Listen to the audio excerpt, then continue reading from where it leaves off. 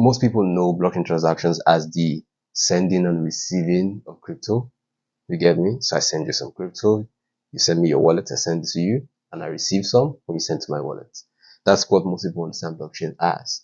But if you look at the structure of how the blockchain works, essentially, remember we talked about it like it's a shared ledger or a database, something that is distributed across several different people. So a transaction itself is not just the sending and receiving of crypto. It is the changing of the state of that ledger.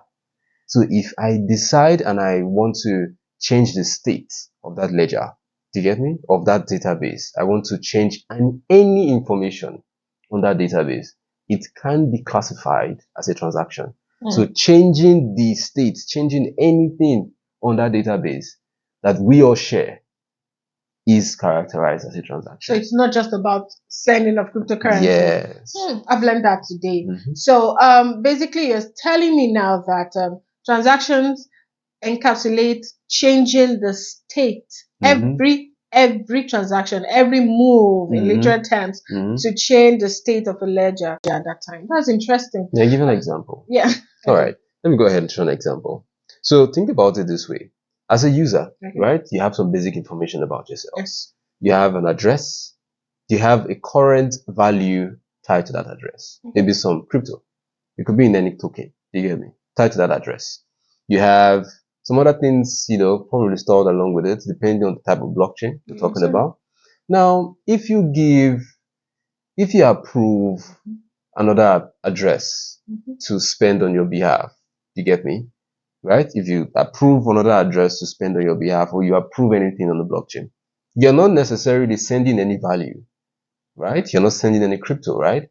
But just giving somebody else an approval, you have decided like, guys, this is now the database I'm talking about now. So we're all sharing it, right?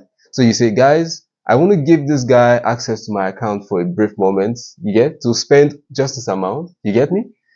He hasn't sent any value, right?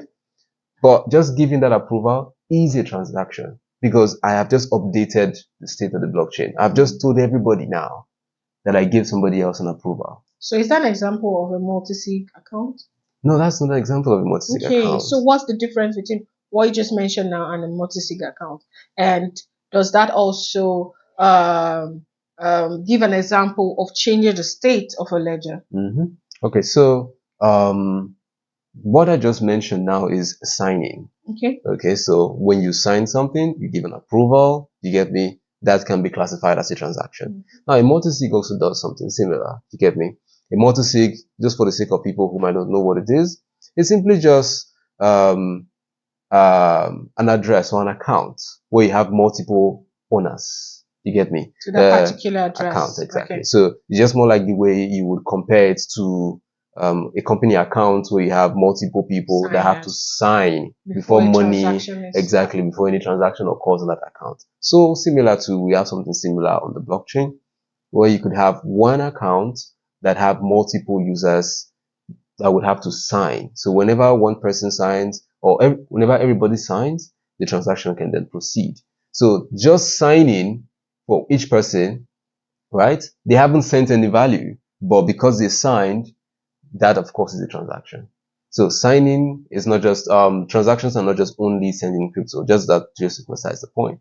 But any change in the state of the blockchain is categorized as a transaction. That is very insightful. Thank you so much.